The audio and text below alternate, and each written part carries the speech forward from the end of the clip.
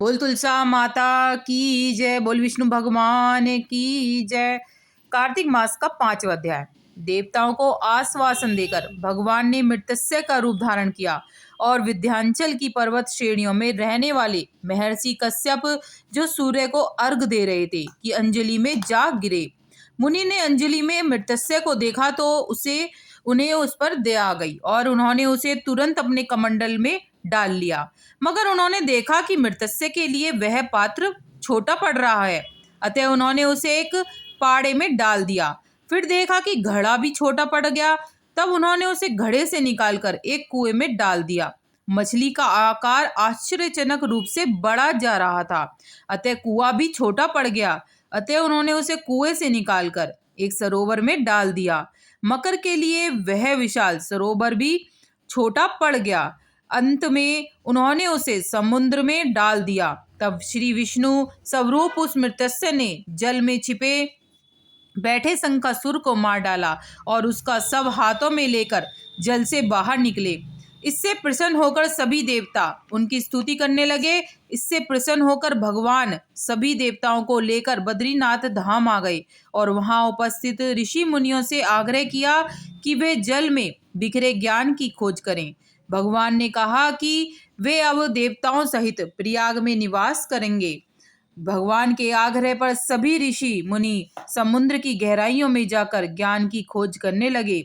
जिस ऋषि ने जिस जिस ज्ञान की खोज की, वह उसी का हो गया। ज्ञान की खोज करने के उपरांत सभी ऋषि प्रयाग लौट आए।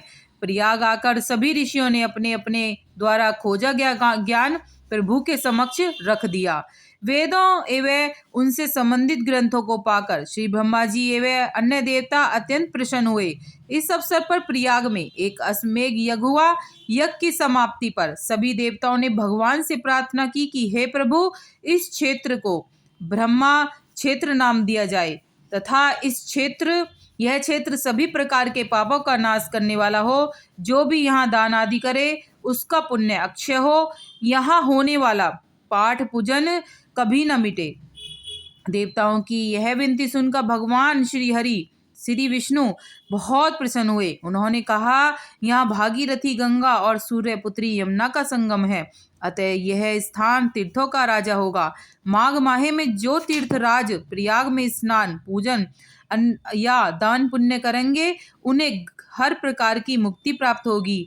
वे देवगणों, यद्यपि मैं सभी स्थानों पर हूँ, परंतु मुझे बद्री का आश्रम अति प्रिय है। बद्री धाम में केवल एक दिन का तप अन्यंत्र किए गए 10 वर्षों के तप के समान है।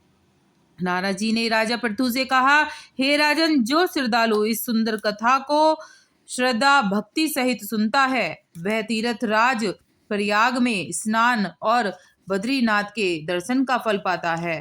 बोल साचे दरबार की जय। बोल विष्णु भगवान की जय। बोल लक्ष्मी माता की जय। बोल लड्डू गोपाल की जय।